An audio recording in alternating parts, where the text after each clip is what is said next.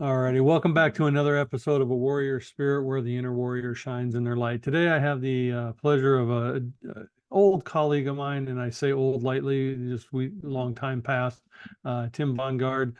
Tim was working at the same college I was many years ago.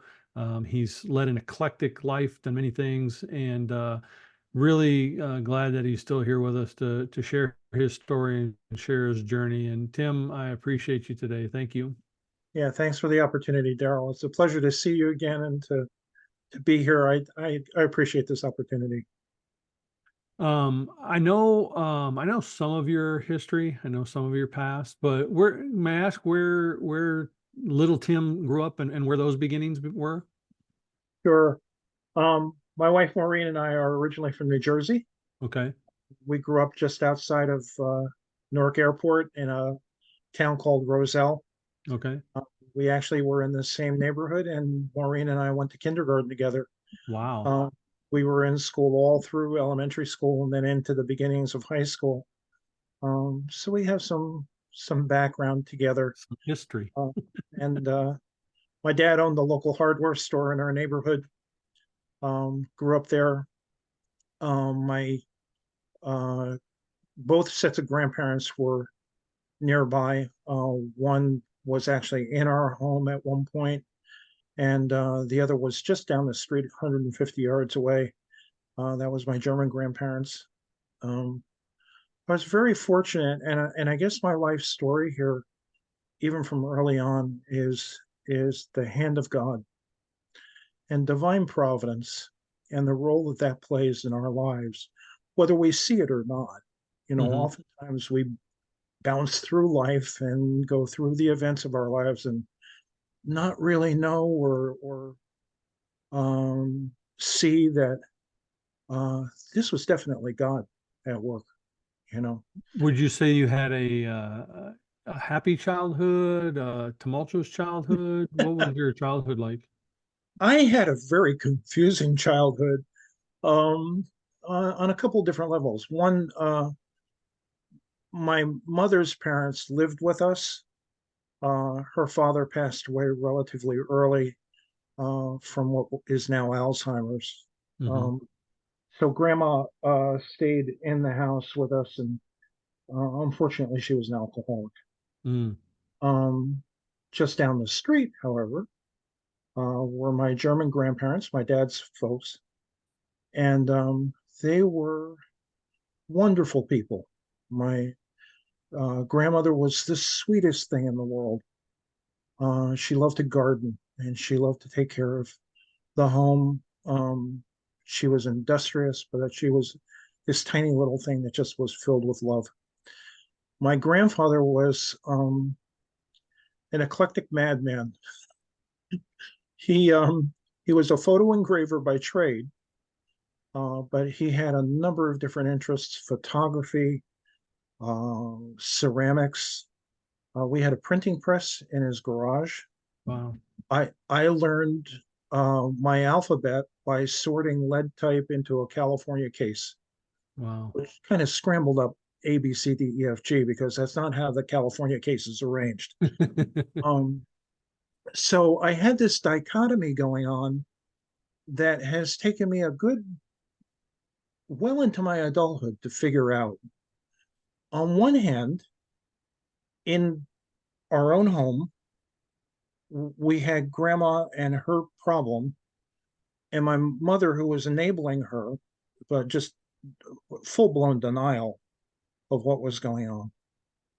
And the roughing up that you would get from that kind of thing. So I easily identify with people who say they had a real rough childhood, like an alcoholic family or whatever. On the other hand, here is this hand of God where whenever things got crazy, I could walk down the street and walk into a home filled with love. Mm. Um, okay, growing up as a teenager, and you and I aren't that far apart in age, Right. but in the late 60s, early 70s, if you were a teenager who had learned how to repair cuckoo clocks and did ceramics and played with printing presses and other stuff like that. Yeah, you were beyond nerd. Hmm. Yeah. This was geeky to an extreme. But what a wonderful kind of education I got from Uppa, as I called him. Hmm. He just was into so many different things. And then Dad was just up the street the other way. The hardware store was equidistant, going in the opposite direction. So I spent a lot of time in the hardware store, and then had a lot of adult friends when I was a teenager. So it was a somewhat weird growing up experience. It really postured me for developing a pretty eclectic lifestyle, Hmm. or a whole series of eclectic interests. Hmm. Um, but there was this counterbalance and counterplay all the time between being affirmed and being destroyed. Hmm. And oftentimes it was hard to sort the two out. And I still have times where something will be said, something will happen where that I find myself reacting because of my alcoholic background, Right. and yet at the same time being so joyful and grateful for that other side. Because if I didn't have Alma and Uppa, I would have crashed and burned, Hmm. and you would have never met me. I Yeah. would have been dead long before we had a chance to meet. Well, I totally understand that. In my own household, there was a lot of chaos and trauma from one side of the family, very rigid Catholicism, strict, harsh military, uh, ogreish type behavior. And then on Mhm, the other side, very loving, nurturing, caring, type. So it was a solace to be with one and a torment to be with the other. mhm. And I know from my own bringing, I rejected Catholicism as soon as I had a brain enough to choose. The regality of it, and the pomp and circumstance of it, just annoyed me. It wasn't the spiritual connection of God that I was looking for.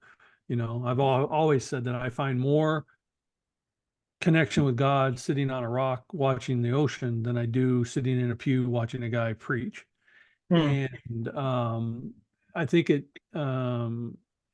you really have to strive to find your connection when you're in the chaos environment with the nurturing environment, because you can go one of two ways. You can follow into the chaos, or you can follow into the nurturing. And Sure.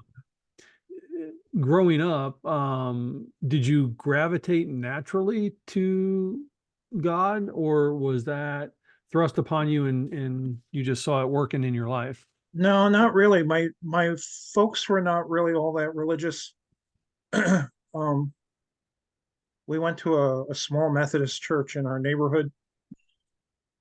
For a while, there was another family there that was running the youth group, and one of the times the youth group went to Shea Stadium to hear Billy Graham preach.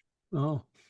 And I listened to his sermon, and the altar call came, yeah, I sort of followed along with everybody else and went forward. And then when I got down onto the field, it was kind of like, yeah, well, just give me the book, and yeah, I'll see you later. And then I got a Gospel of John and took it home. And after reading the Gospel of John, gave my life to Christ.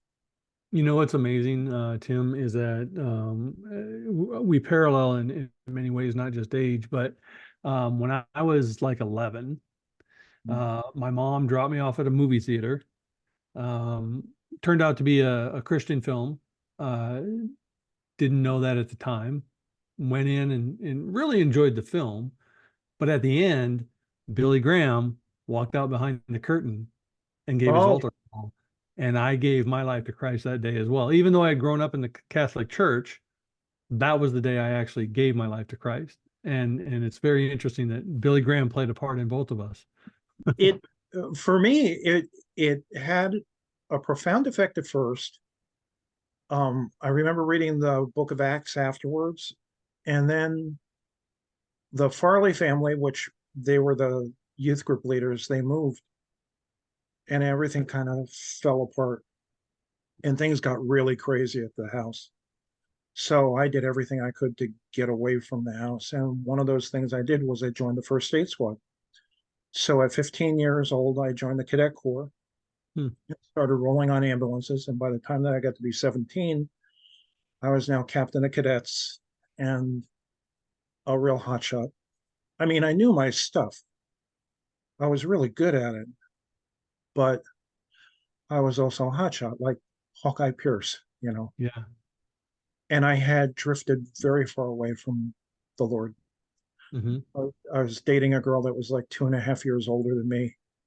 I was up to my neck in all kinds of trouble and the stuff, panicking the daylights out of my parents. And we had a call one July evening, a woman in childbirth. We got there and the baby was crowning, about to come, but we decided to try and race her to the hospital. We were only 5 miles from, Elizabeth General Hospital. So we loaded her in the ambulance and we got halfway there, and there was this knock on the wall between the cab and the back of the rig. Pull over, the baby's coming. Now there are two attendants in the back. I'm up front as an assistant driver. To make a long story short, one of the attendants bailed out. I was the only other one with childbirth qualification. They threw me in. This is a real mess. The cord is wrapped around the baby's neck. It's tearing the placenta away from the wall of the uterus. The mother is in agony. And I looked at all this, and up to that point, Daryl, if I couldn't actually take care of things or do something, then my force of personality, I would BS my way through things. Just by my force of personality, I would say, yeah, yeah, right, right. Well, this is where the rubber meets the road. No amount of force of personality is going to save this child or this mother. I It hit me like a ton of bricks. I bowed my head. It was kind of like the last 2 or 3 years just flashed before my eyes. Lord, please forgive me, but send help. No, I'm not quite sure what I was expecting. I think maybe I was expecting Gabriel to appear in the back of the rig, deliver the baby, and then split. Instead, I open my eyes. Okay, let's see what we can do. And there's a knock on the cab door. The back door opens, and the driver says, "Hey, we got company." And like Hawkeye Pierce, I said, "Great, let's have a party." He goes, "No, you don't understand. It's the doctor." What? Um, this old retired pediatrician who happened to be walking past the rig, who was saying, "No, I'm not getting involved. No, I'm not getting involved." And there's this voice in his head screaming to tell him to stop and to ask if we needed help. He wasn't just a retired pediatrician, Daryl. He was the former head of the emergency room at St. Elizabeth's Hospital. Hmm. So he comes into the back of the rig. The other attendant bails out. He delivers a baby. We get back to the ambulance corps. Everybody else is inside popping champagne. This is the very first childbirth that we've had on the corps. This is a great moment of celebration, though we did absolutely nothing. This was a big deal. I'm standing out on the apron, looking at one of the most beautiful sunsets that I had seen in my hometown, and going, "Me? Why did you listen to me? Is this some sort of cosmic joke? Is this for real? Did did what just happened really happen? If this is real, you're going to have to prove this to me." you got to show me you're for real. And ever since then, it has been one event after the other demonstrating the reality of the divine intervening in my life and the life of my family and of my friends, showing me, yes, indeed, it's real. And how old were you? 17, Yeah. 17. And uh it was life altering. It changed the trajectory of my life. At that point I thought I was going into nursing school. Nah, I ended up in Bible college. Mm. And I thought at one point maybe I'm going into the ministry. No, I ended up going into business. I have a resume that reads either like an eclectic act of genius or a train wreck, depending upon my point of view, mood, or Yeah. The guy who whatever. can't make up his mind, right? Yeah, right, right. But it has been a wild ride, but it's been God all the way. I've spent time working for an international camera company. Um, I uh, I was a ranger for the Boy Scouts of America for a decade. I've had my own business a couple of times. I worked for the college, so it's a lot of different things. Let's talk about the Ranger for just a minute. Sure. And I again, I'm amused over on this side because my wife and I joke that on her one, the Yeah, 23 years that I've had like 23 or 24 different jobs, and she's had 23 years at one job. right, I've right. so I get what you're saying. What what took you to becoming a ranger? Because I know that I would not be an Eagle Scout if it weren't for a mentor who chose to be a scout leader. Yeah. So I know the impact that those guys have. What led you down that path? I have been in scouts as a kid and got to Life Scout and almost finished my Eagle. And then that girl that was a bit older than me kind of, Flipped your wings? yeah, yeah, Yeah, it wheels women and work. That's what they say happens to older scouts, whether they get their Eagle or not. yeah. Surprisingly, most of the Rangers in the Ranger Corps throughout the United States back when I was in it, the majority of them were Life Scouts, not Eagle Scouts. But they saw the value that, what it would have been to be an Eagle. So a lot of them ended up being Eagle mentors Yeah. like you had. Um, it was really, again, the hand of God and circumstances. I had my own um, public relations company. I was finding sponsorship for race cars and doing some other stuff in motorsports. I was writing freelance articles for a couple of newspapers in Eastern Pennsylvania. Um, and that was good. And when the money was really good, it was really good. And when it was not so good, it was real bad. And Maureen was just like, please, can't we have something steady? Hmm. And then it got to a point where some things happened within NASCAR back during that time period where they decided to try and move to a Madison Avenue kind of approach to sponsorship. And that wrecked it for all of us little guys that were in the business of finding sponsorship and so on. So I got to find something else to do. I had a part-time gig working for the Boy Scouts with the local council, doing what they call scout reach, which is basically seeding new Hmm. troops and so on. And as I was meeting with one of my supervisors one time, he said, "Oh, I'm sorry, I'm late for this meeting. Our ranger just quit." What? Yeah, the ranger at Camp Hill just quit, and we're in a bit of a scramble. We don't know where to look for, a good candidate. Hello, I grew up in a hardware store. I All they knew about me was, I was a computer geek. They didn't know that other part of my background. property management or anything else. So I applied for the job and then eventually got it. Oddly enough, 2 years before, my son and I had gone up to that same camp. I brought him up there for what they called uh, Harvest Fest. Hmm. And as we walked through the camp, I thought, wow, wouldn't this be cool to live here, Joe? And he was like, yeah, Daddy, this would be really neat. Two years later, here we are. Hmm. It was an experience where what the heck did I get myself into? But it turned out to be one of the most wonderful experiences that I've had in my life.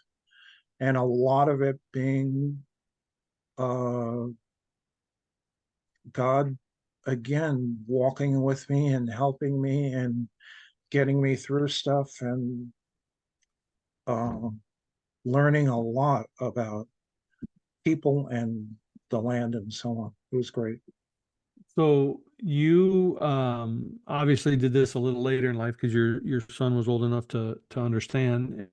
And so I want to go back just a little bit from the time of your life altering experience, saving that baby, to discontinuing your relationship with the older woman, to reconnecting with your elementary kindergarten school friend. Like where did that bridge come How did back? that all happen? Um, Actually, Maureen and I, this is our second marriage for both of us. We both had uh, marriages prior, uh, and had three kids early on the earlier marriages, and a mutual friend helped reconnect us together once we were single again. Hmm. And then it was one of those things where um, the first time that I took Maureen's hand to go out on a date as an adult, we're now in our early 30s. I took her by the hand and it was like, oh, this was the one all the time. Mhm. This is the real thing, you know. And because of some of the other stuff early on in my life, especially the conflict and chaos at home, um, I I really didn't understand what real love was, Mhm. or the genuine depth of it, or I just was kind of like going by rote. It's like picket fences, you go steady, you go steadier, you get Mhm. pre-engaged, you get engaged, and you end up with the picket fences and so on. Not realizing that my first wife and I were a great high school couple. We were an okay college couple. We were a marginal late college couple. We were a lousy married couple. Mhm. And that was me. That wasn't her. That was all me. I take responsibility for that. I just didn't get it. I didn't understand what the real deal was. Mhm. And I think what I tried to teach my kids was that, there's lots of different ways to love, and you can have lots of different love experiences, whether it has the power to orbit or not, to Mhm. get to the moon and back. Not all of them have that. So you can be a great college couple, you can be a great steady couple, but that's about all the fuel that it's got, you Mhm. know. And there's no shame in that. The shame is that when you decide to take it further than what it has the fuel or life for, and try and make it work, and then it just goes all, you know. Yeah, I think some relationships are meant to be seasons. I know I would have never married my first wife if I'd have been healed and whole. The Right, best thing that right. came out of it is my daughter, which was two. She was two at the time that I met my ex-wife. She's still my daughter today. And I look back as a more whole and healed individual, and I realized I wasn't there for my ex-wife. I was there for that child who is now my daughter. And I can put that into perspective. And it's interesting because even with our connection to God, even in those moments where you surrendered to your knees, there's still some tumultuous piece that if we don't rectify, if we just acknowledge it and think that we've dealt with it, it permeates the rest of our life until we really turn and dig it out at its root and then extract it. And I always think of like weeds in the garden, right? The weeds in our garden, if we just go out and cut the tops off, yeah, we have a pretty garden, but they keep Right. growing back. Right. And until you dig them out at their root, well, that's how our trauma and our chaos and our, in my case, anger and these other things play out. They look really pretty on the surface because you got them contained until you don't. Right. Right. Was that the same for you? Yeah, I had a lot of stuff come out sideways, as Maureen calls it. Mm-hmm. Um, I am so profoundly sorry that I put my first wife Karen through so much. Mm-hmm. And so much of it was so unhealthy, so unwell. I think part of our problem, Daryl, is that a lot of us don't understand that life is a process. Mm, There's a very Western approach to things that we say, "Oh, I should know better." Like you learn it once, and then automatically, okay, we've got that. Check that right. box, and Yeah. we're good to go. Yeah, right. Um, Life very much is in between ultimate wrong, where there's no question that whatever this is, it's wrong, and ultimate right, where there's no question whatsoever that this is absolutely the right thing to do. That there's ugly, poor, good, better, best, Mm-hmm. and in between those 2 points is it's a continuum, and you got to work up that continuum, and it's effort in order to work that. But then that's also the hand of the divine, where we get a chance to grow, and we get a chance to be cultivated, and we get a chance to learn that God leads us through lessons, and tries to teach us, and tries to bring us into that person that he wants us to be. And we don't give ourselves enough time or credit or Right. contemplation Or grace. or grace to sit and think and be a partner with God, or to invite God to be a partner with us. Please show me how to do this. I can't do this on my own. How do I do this? Um, but I'm always amazed. I look back over my life and I see so many times where he has taught me things, or where I'm involved in something and it's like I don't know what to do. And then suddenly something comes to mind where, oh, it was a similar situation back several years ago. Oh, I do know what to do, Mm-hmm. right? He taught me this a long time ago, Yeah, you I know. also think that one of the things that we get in that period is to learn forgiveness and not only have others forgive us, but for us to learn to forgive ourselves, because we are often our hardest critics and beat ourselves up more than others possibly can. So when we learn that forgiveness and that grace, but our entire life is a stepping stone to whatever our future is, you Right. know. I mean, I look back when I was homeless, living out of my car, I wasn't sitting there going, "Hey God, thanks for the crap," you know. I was just trying Right. to get out of it. But now I take that lesson and 10 or 15 years later, 20 years later, whatever, now I can use what I learned back then to help guide and help others, there. So everything that we're going through um, is preparing us for where we're ultimately going to glorify Him the Right. most, Yeah. and we're going to bring others too. What did you use to go from the not so great husband to the kind, caring man that I've come to know and the better husband now? I mean, because you already had your profound interaction with God at 17, but it didn't keep you on that other side of the line. I So, I I think that there were some things, that I learned at Northeastern, which was the Bible college they ended up going to. Um, there were some other things in my early Christian life experience, which is far from perfect. Um, but I had a lot of good mentors, a lot of good teachers. Um, I had an uncle that um, insisted read Proverbs daily. Uh, read a chapter of Proverbs every day. So like on the 16th, read chapter 16. On the 17th, read chapter 17, because magically there are 31 chapters in Proverbs. And at first it reads kind of like a catalog from Spencer Gifts.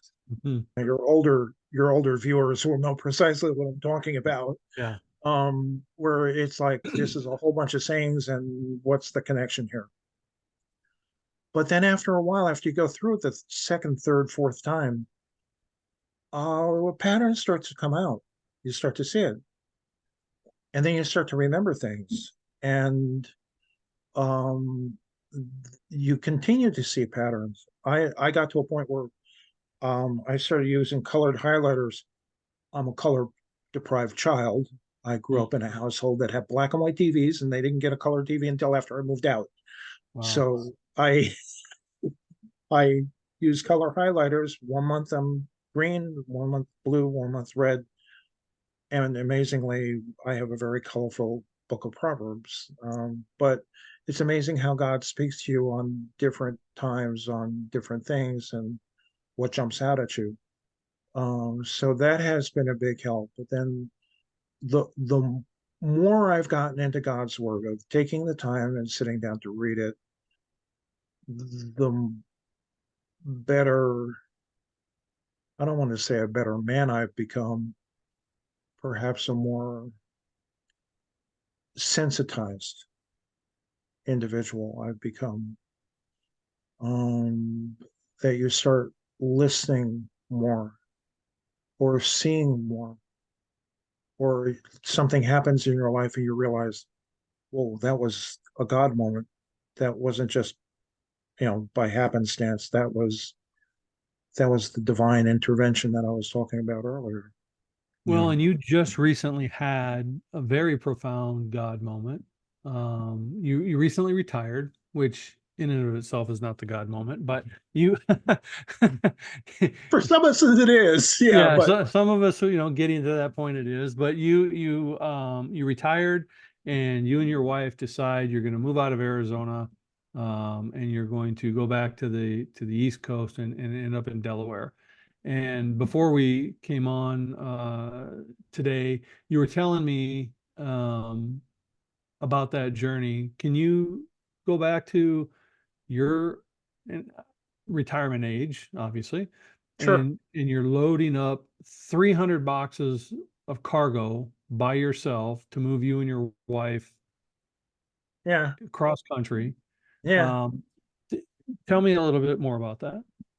We this particular incident was a second major time in my life where something has happened that came completely out of the blue and is definitely the hand of God. No doubt about it. We we ended up we had been in Arizona for close to 10 years, a bit more than that, and had decided we really needed to move back home. Maureen uh, missed people back here on the East Coast. She's a Jersey girl. She wanted to be around people that are like her. Wanted to put her feet in the sand, wanted to just be back home and experience four seasons again. Hmm. Uh, Unless you've lived in Arizona, it's impossible to try and communicate what that's like. Aside from being 115 throughout the middle of summer and cooking everything, Right. um, yeah, we finally decided, okay, it's time to come home, and we found a house, and it's a nice big home, and I thought I wanted it, A, because it had a big enough garage for me, but B, because it had a beautiful set of rooms that I thought would be great for Maureen, and it was ADA compliant. Um, Maureen's not handicapped, but she has had sarcoidosis, so from time to time it's been hard for her to get around. So here we get this place thinking that, oh, this is going to be wonderful and wonderful for her. So we load everything all up and move back here, 300 boxes into a cargo truck. I packed everything, loaded most of it. My son-in-law then came out and gave us a hand, got the rest of it loaded with it. I had some good friends from back in Arizona that helped, take care of that with us. But it was a lot of hard work. And got here, painted half the interior of the house, unloaded all the boxes, got the household set up. I have a real yard with real grass, not rocks. Arizona, you don't mow rocks. Right. Here in Delaware, you mow grass. So I was doing all the yard work and enjoying it. Old McDonald Donald had a yard, EIEO, Hmm. all that. Had a great time. And then knew that I had to have some gastro surgery to correct some reflux issues that I've got. Went for the cardiac clearance and, much to our shock, discovered I had a problem. And that problem turned out to be 3 blocked arteries. One was blocked 100%, one was blocked 90%, one was blocked 80%. But that's not Uh, how the doctor told you. He didn't just say, "Hey, we're checking you for the cardio." He said, "Tim, my you're healthy as a horse. Let's maybe do this Yeah, extra." my cardiologist went into this. You're as healthy as a horse, Tim. So yeah, let's just I could give you the clearance now. We can't see 10% or 15% of your heart, and chances are everything's just fine. Or we can do the catheterization if you just want to make sure everything's all right. Yeah, having had experience with all these emergency management things and all the rest of this, the more intelligence you've got, the better. Going by that axiom, let's do the catheterization, doc. And then when he did the catheterization, he was as shocked or more shocked than I was on what he found, and that being the blocked arteries, to the point where, had I gone on the table for the gastrosurgery, chances are I would have had a heart event on the table. But he wasn't Um, even nice enough to just say, "Hey, we found some stuff." He said, "Get dressed. We'll talk. There's some concerns." Like he left you in that state of what the heck. yeah, yeah. I mean, the way he did it was that we were actually in the procedure room. They finished the catheterization, and he came over to me and he put his hand on my shoulder and looked at me and he said, "I am so glad that we did this. Uh, we found something, and we're not going to keep you overnight, but it's very serious, and I need to talk to you about this in recovery. I'll see you in just a little bit." And I'm like, Yeah. Hey, by the way, go get dressed. right. So we get back to recovery, and there is now this parade of people who are now doing pre-cardiac testing and imaging, and they came in, they took pictures of my chest and a whole bunch of other stuff. And then he came in and explained to me how bad the blockages were, and that he was stunned. He said, "I had no idea. There was no indication whatsoever that you had anything this serious." And the 100% blockage, as I told you earlier, the only reason why I didn't have a heart attack was that your heart can, it's not entirely unusual. It's a bit odd, but they call them collateral vessels, where your heart grows essentially its own bypass. And that's how this one particular area was being fed. I had no idea.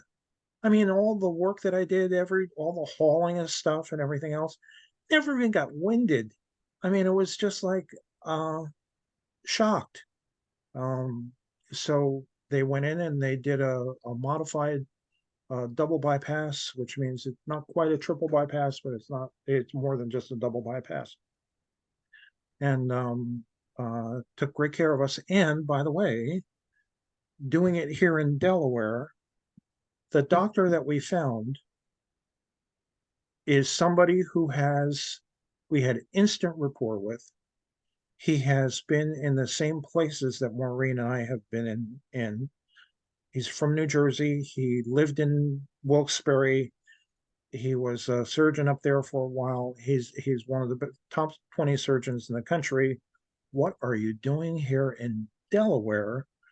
Well, they brought him in special. They brought out his old contract, and they're trying to upgrade things here in Delaware because we have so many people moving into the area here.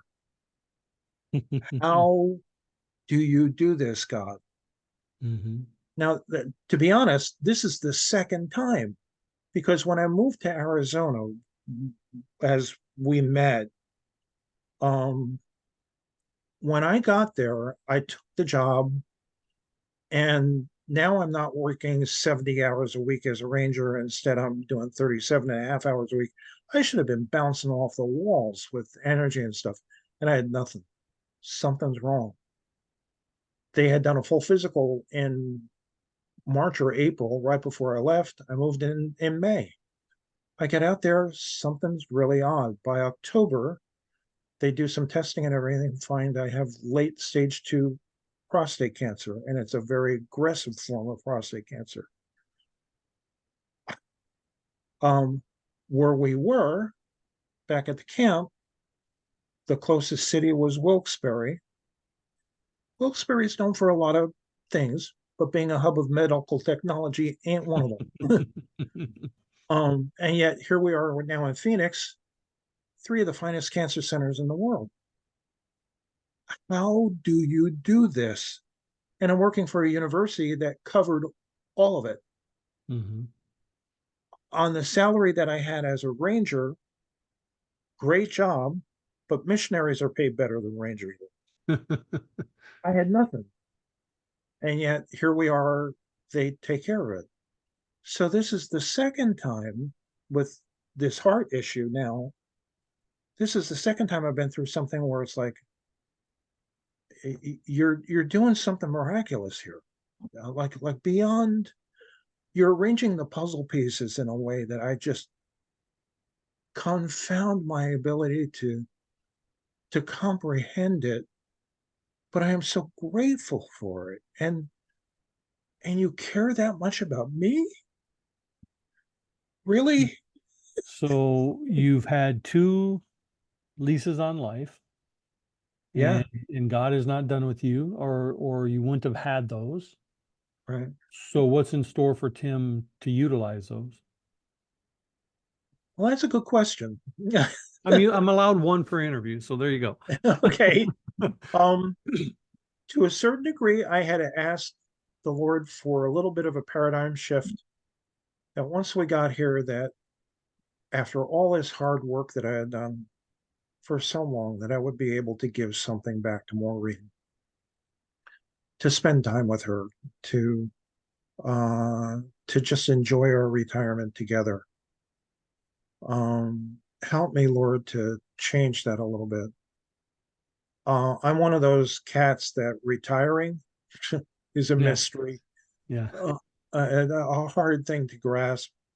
And yet this certainly has had the effect of whoa, okay, kind of slow down. Um, I love. You can see some of the stuff behind me. There's Mhm. models on the shelf and in the case behind me. I build models. You know that. I love building fire apparatus. I was a volunteer firefighter as well as working on the first aid squad. So it's near and dear to me, and I do all that kind of stuff. But I also feel very strongly that when the scriptures say that God created us in His image, that God's not a Homo sapien. Come on. No, He created us to be creators.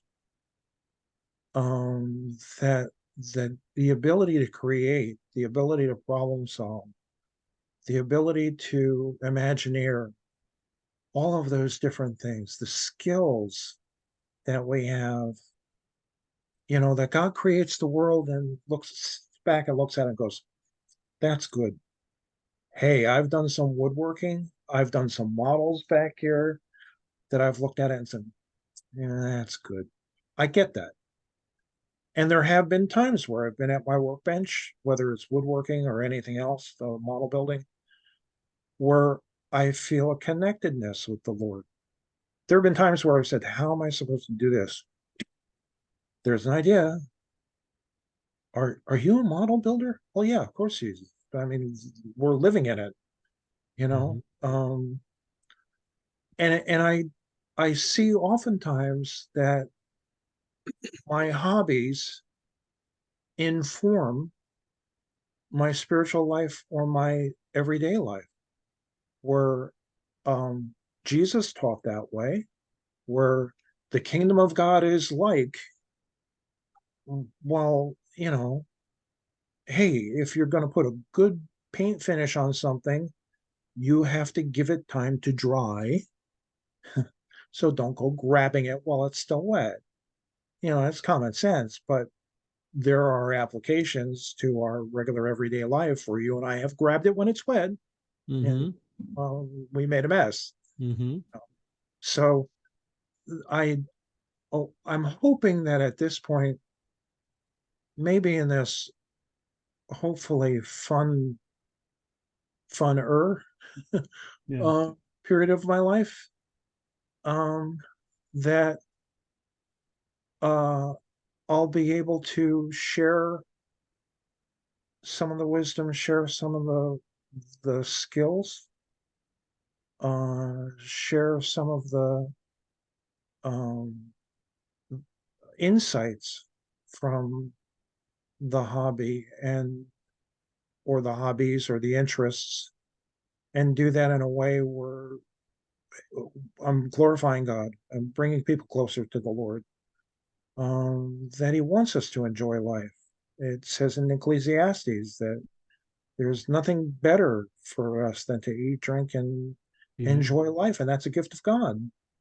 Um, so if there's a way that I can help to do that, one of the things in my plastic modeling is I'm a scratch builder, which means that I just don't take a kit and put it together, but that oftentimes I'm taking sheet plastic or other materials and I'm creating something that's not even in kit form. One of the things I did was Squad 51, which is the famous paramedic wagon from the old TV show Emergency from way back in the 70s. There's no kit of that, but I scratch built one myself, and then I created a conversion kit that I'm providing to other guys. But in the process of that, I'm trying to teach them the craft of scratch building. And scratch building is something that you do, you don't necessarily have instructions. You have a set of skills guidelines, and you follow those guidelines and words of advice and creative thinking and imagineering in order to get from point A to point B. And gosh, that sounds an awful lot like my spiritual life, doesn't it? Hmm. Yeah. So, So, are you going to write a book? ah, yeah. I have a website. I have a Facebook page. Of course, everybody has those nowadays. Um, I used to write the column for called the Model Firehouse in a magazine that's now gone. It was Scale Auto Enthusiast magazine. I did that back in the 1980s and early 90s and developed a name for myself so that, people know that, oh, he's the old professor on this stuff. So even now, like I'll sell somebody a kit or, give them some piece of advice. And then suddenly the guy goes, "You're Tim Bongard," which always kind of like, yeah, it's a little embarrassing, but at the same time, it's like the notoriety. Um, it's one tiny little fragment of life, and is it really all that important? No, not really. But then at the same time, for some of these guys, yeah, it is important.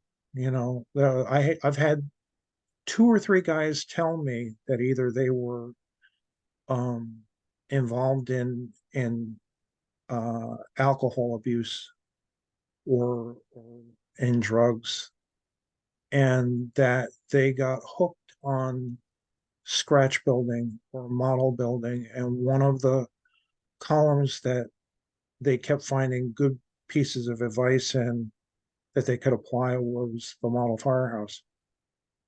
Really?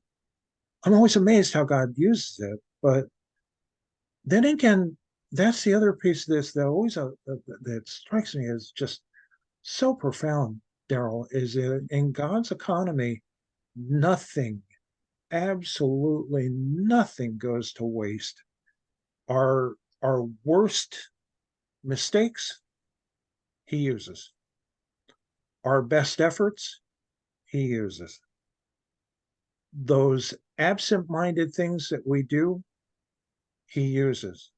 And then those times that we are at our best, where we're focused and devoted and able to glorify him, and we've got hands raised and we know we're doing it deliberately, he's like, all right, attaboy, kid, attaboy, you know. It's always it always amusing. And I'm just writing down a note because I love what you said. Nothing in God's economy, nothing goes to waste.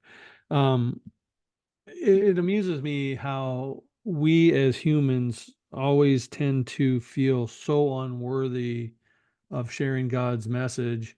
But if you actually read scripture, there isn't a giant in the Bible who wasn't fallen far at some point. You know, Moses was a murderer, you know, David was an adulterer. You just don't have the superheroes who aren't blemished. And yet we think because we're blemished, we're not worthy, you know, to serve in that fashion. And it's so far from the truth, you know. Yeah, I mean, I what is it about us, I guess, as moderns?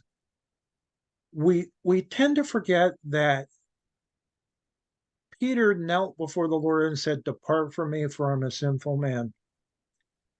Or that Moses stood barefooted before the Lord and said, "You got to find somebody else because I'm not the guy. You got to be Hmm. kidding me. Hmm. Me? No, it's not me. No, find somebody else, Lord. Take my brother Aaron. You know, Right. oh, there you go. There's a good bus chucking kind of move. You know, Right. here, grab him. Yeah. Uh, you know, they weren't Billy Graham. They weren't Joel Olstein or any of these other, you know, like well-known evangelists or modern church leaders that we have that we glorify. No, no, these guys were um, flawed Hmm. big time. Thank God, just like me. Um, and in this vast universe, just the idea that um, the great I am cares about me, Hmm. that he hears me. Um, I can complain about some of the dumbest things or some of the most petty, ridiculous things. Um, I some of my concerns are just so ridiculous at times, and I bring them to the Lord and I gripe about them.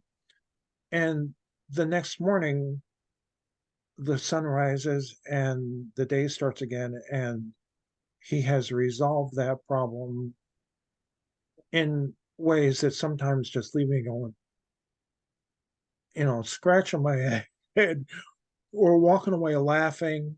Um, he, there is no doubt in my mind that he hears us, that he sees us,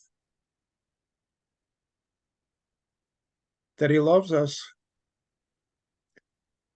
and enough that he kneels down, he reaches into our lives, he says, "It's okay, you're going to be all right," and guides us through. And no, we're not perfect. Um, part of that, I think, is so that we can learn how to say, "Ugh, Father, forgive them, for they know not what they do." I've had to go back and think of both grandma and my mom. Um, Father, forgive them. They didn't know what they were doing. They didn't get it. You know, Father, forgive me. I didn't know what I was doing. I hope that someday my first wife will forgive me.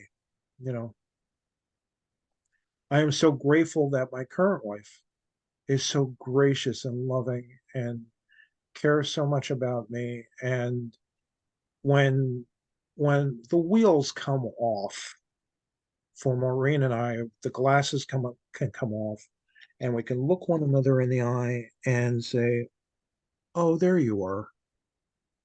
There you are. I remember you. Yeah, okay, it's okay." And the fact that she can do that to me,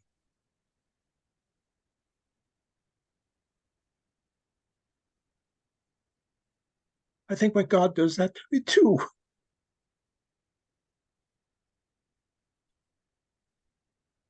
I created those eyes. I created that heart. I didn't create it for evil.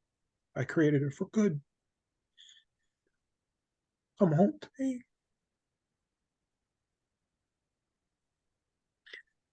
So I guess for me, the hand of the divine and the divine providence that I've experienced, it has been a witness to the wooing of God's spirit to come home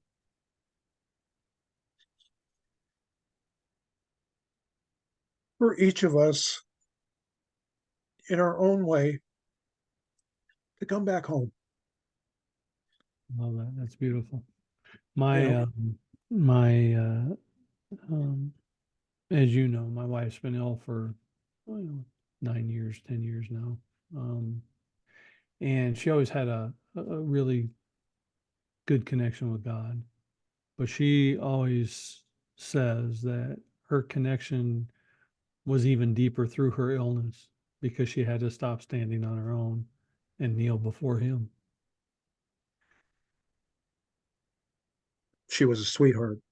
And I love the grace that you can give to yourself in those moments. Yeah, Retirement doesn't mean that we just stop living and stop doing stuff, but it does mean we get to slow down so that we can better enhance the lessons that God gave us to right. glorify Him while we're still here. And you're learning those lessons and you're living that lesson. And it's such an honor to know that people like you are out there and exist and giving back. I'm going to ask you one last question as we wrap this up, Sure. because we could talk for days. Um, what does having a warrior spirit mean to Tim Bongard?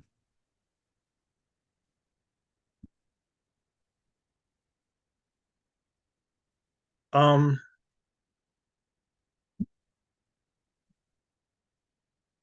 Gosh, I could answer that a half dozen different ways. So bear with me with this. Um, as a first stater, it meant running to the accident scene and lending comfort and aid. As a firefighter, it meant being willing to go into a burning building and get whoever it is that's in there out. And they do that without grabbing the victim and getting them out onto the front porch and going, "Oh, it's you," and throwing them Brave. back in, Right. right? No, it's getting going in and getting somebody out.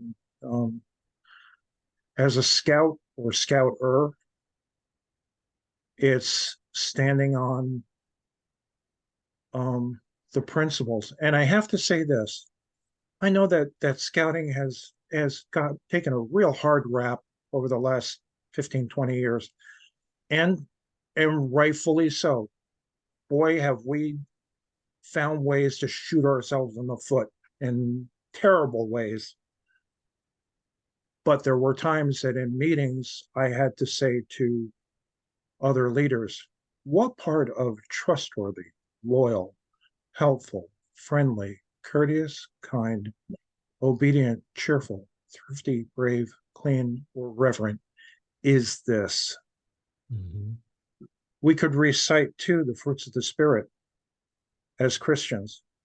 And I think we need to do more of that, where we need to hold those around us, especially people in leadership positions, accountable for what part of our standards is this.